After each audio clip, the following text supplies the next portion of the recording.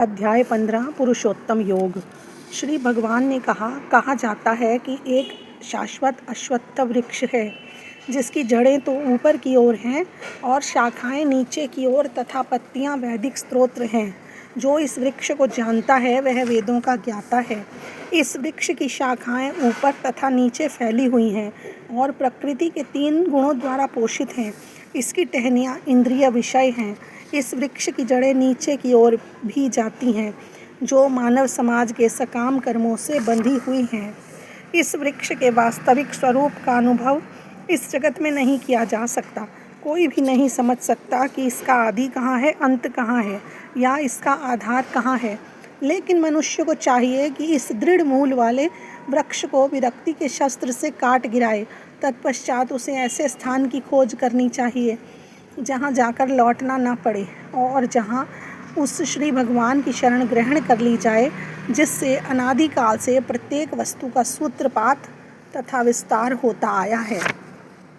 जो झूठी प्रतिष्ठा, मोह तथा कुसंगति से मुक्त हैं, जो शाश्वत तत्व को समझते हैं, जिन्होंने भौतिक काम को नष्ट कर दिया है, जो सुख तथा दुख के द्वंद्व से मुक्त हैं और जो मोह रहित होकर परम पुरुष के शरणागत होना जानते हैं, वे उस शाश्वत राज्य को प्राप्त होते हैं। वह मेरा परम धाम ना तो सूर्य या चंद्र के द्वारा प्रकाशित होता है और ना अग्नि या बिजली से। जो लोग वहाँ पहुँच जाते हैं वे इस भौतिक जगत में फिर से लौट कर नहीं आते। इस बद्ध जगत में सारे जीव मेरे शाश्वत अंश हैं। बद्ध जीवन के कारण वे 6 इंद्रियों से घोर संघर्ष कर रहे हैं जिनमें मन भी सम्मिलित है। इस संसार में जीव अपनी देहात्म बुद्धि को एक शरीर से दूसरे में उसी तरह ले जाता है जिस तरह वायु सुगंधि को ले जाती है। इस प्रकार वह एक शरीर धारण करता है और फिर इसे त्याग कर दूसरा शरीर धारण करता है। इस प्रकार दूसरा स्थूल शरीर धारण करके जीव विशेष प्रकार का कान, आँख, जीभ, नाक तथा स्पर्श इंद्रिय त्वचा प्राप्त करता है जो मन के चारों ओर संपुंजित है। इस प्रकार वह इंद्रिय विषयों के एक विशिष्ट समुच्चय का भोग करता है। मूर्ख न तो समझ पाते हैं कि जीव किस प्रकार अपना शरीर त्याग सकता है, ना ही वे यह समझ पाते हैं कि प्रकृति के गुणों के अधीन वह किस तरह के शरीर का भोग करता है। लेकिन जिसकी आंखें ज्ञान में प्रशिक्षित होती हैं वह यह सब देख सकता है। आत्म साक्षात्कार को प्राप्त प्रयत्नशील योगी जन यह सब स्पष्ट रूप से देख सकते हैं। लेकिन जिनके मन विकसित नहीं हैं और जो आत्म साक्षात्कार को प्राप्त नहीं हैं वे प्रयत्न करके भी यह नहीं देख पाते कि क्या हो रहा है। सूर्य का तेज जो सारे विश्व के अंधकार को दूर करता है मुझसे ही निकलता है। चंद्रमा तथा अग्नि के तेज भी मुझसे उत्पन्न हैं। मैं प्रत्येक लोक में प्रवेश करता हूँ और मेरी शक्ति से सारे लोक अपनी कक्षा में स्थित रहते हैं।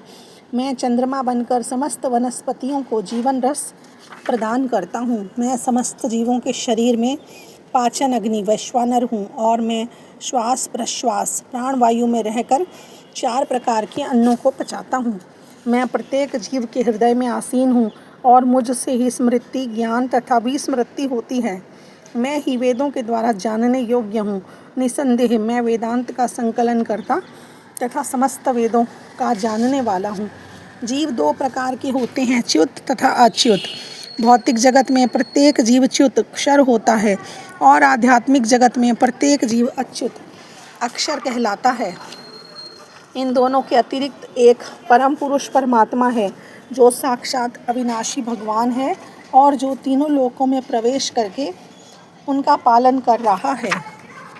चूँकि मैं अक्षर तथा अक्षर दोनों के परे हूँ और चूँकि मैं सर्वश्रेष्ठ हूँ, अतएव मैं इस जगत में तथा वेदों में परम पुरुष के रूप में विख्यात हूँ। जो कोई भी मुझे संशय रहित होकर पुरुषोत्तम भगवान के रूप में जानता है वह सब कुछ जानने वाला है। अतएव हे भरतपुत्र, वह व्यक्ति मेरी पूर्ण भक्ति में रत होता है। हे अनघ, यह वैदिक शास्त्रों का सर्वाधिक गुप्त अंश है जिसे मैंने अब प्रकट किया है। जो कोई इसे समझता है वह बुद्धिमान हो जाएगा और उसके प्रयास पूर्ण होंगे। हरे कृष्णा। इस प्रकार श्रीमद् भगवद गीता के 15वें अध्याय पुरुषोत्तम योग का भक्ति वेदांत तात्पर्य पूर्ण हुआ। हरे कृष्णा।